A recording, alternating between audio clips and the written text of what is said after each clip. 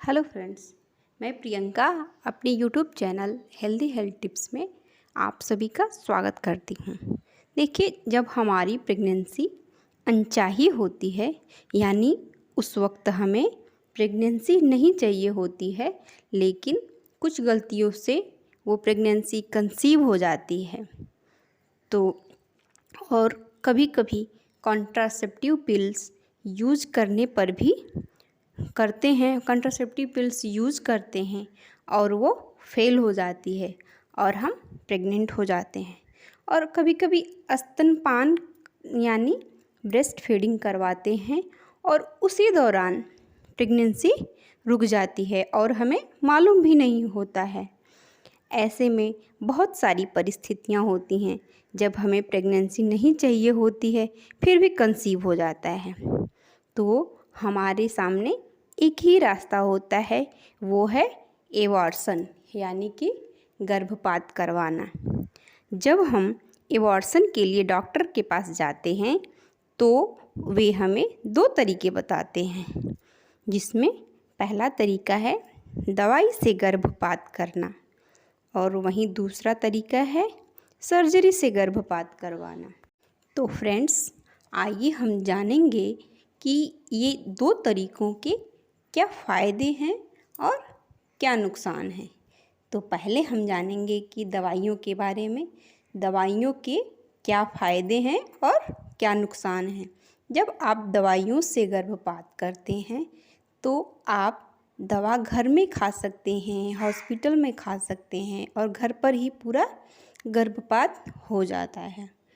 और अगला फ़ायदा ये है कि खर्चा बहुत कम होता है।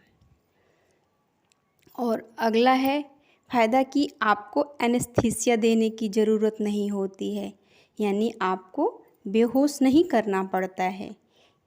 इससे पहले कुछ जांचें करवानी पड़ती हैं, वो नहीं करवानी पड़ती। ये सारे फ़ायदे हैं दवाइयों से गर्भपात करवाने की।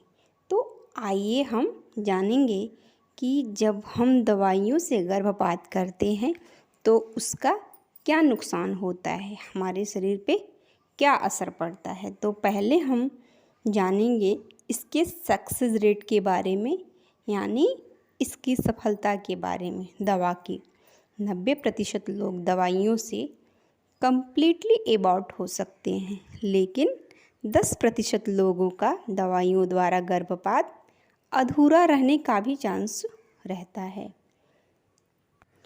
कभी दवाइयों से गर्भपात करने पर बहुत ज़्यादा मात्रा में ब्लीडिंग होती है। कभी कभी ऐसा भी होता है कि बहुत तेज़ पेट में दर्द होता है। इसलिए जब हम दवा से गर्भपात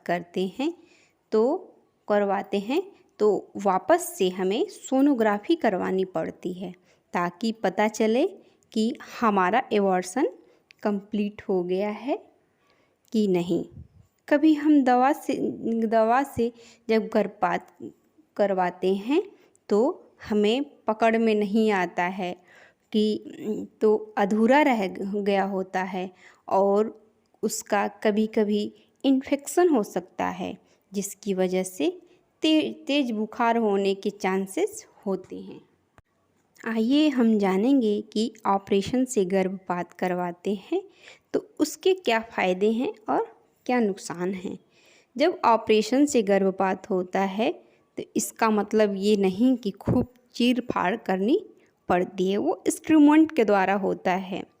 अब हम इसके फ़ायदे के बारे में जानेंगे कि इसका सक्सेस रेट दवाइयों के मुकाबले कितना है। इसका सक्सेस रेट दवाइयों के मुकाबले बहुत ही अच्छा रहता है, यानी 98 से 100% तक होता है इसका सक्सेस रेट, और वो उसी समय हो जाता है। आपको बार बार हॉस्पिटल जाने की ज़रूरत नहीं पड़ती है। ऑपरेशन से गर्भपात करवाने पर आपको ना बुखार का ना ब्लीडिंग का शिकायत नहीं होता है और ना ही आपको डॉक्टर के पास फॉलोअप के लिए जाना पड़ता है और ना ही आपको सोनोग्राफी करवाने की ज़रूरत होती है।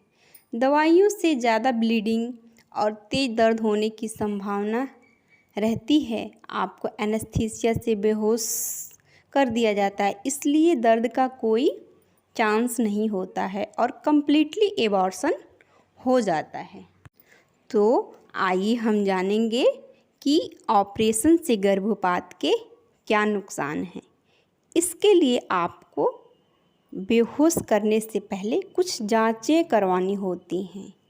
उसे करने के लिए डॉक्टर आपको बोलते हैं और आपको हॉस्पिटल में एडमिट होना पड़ेगा और बेहोश किया जाता है आपको।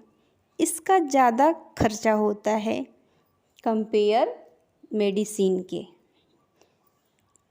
आपको किसी दाई या किसी ऐसे डॉक्टर से नहीं करवानी चाहिए एबॉर्शन।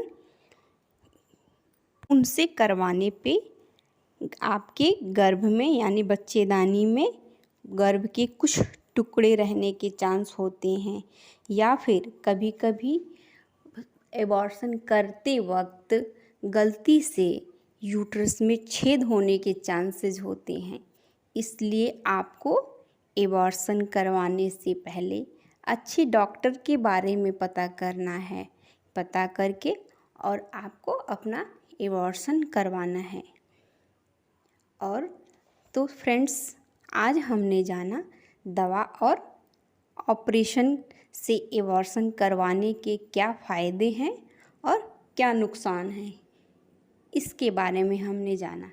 फ्रेंड्स, अगर हमारी वीडियो पसंद आती है तो इसे लाइक करें जिससे कि हमें मोटिवेशन मिले, और शेयर करें, सब्सक्राइब करें फ्रेंड्स। Thank you.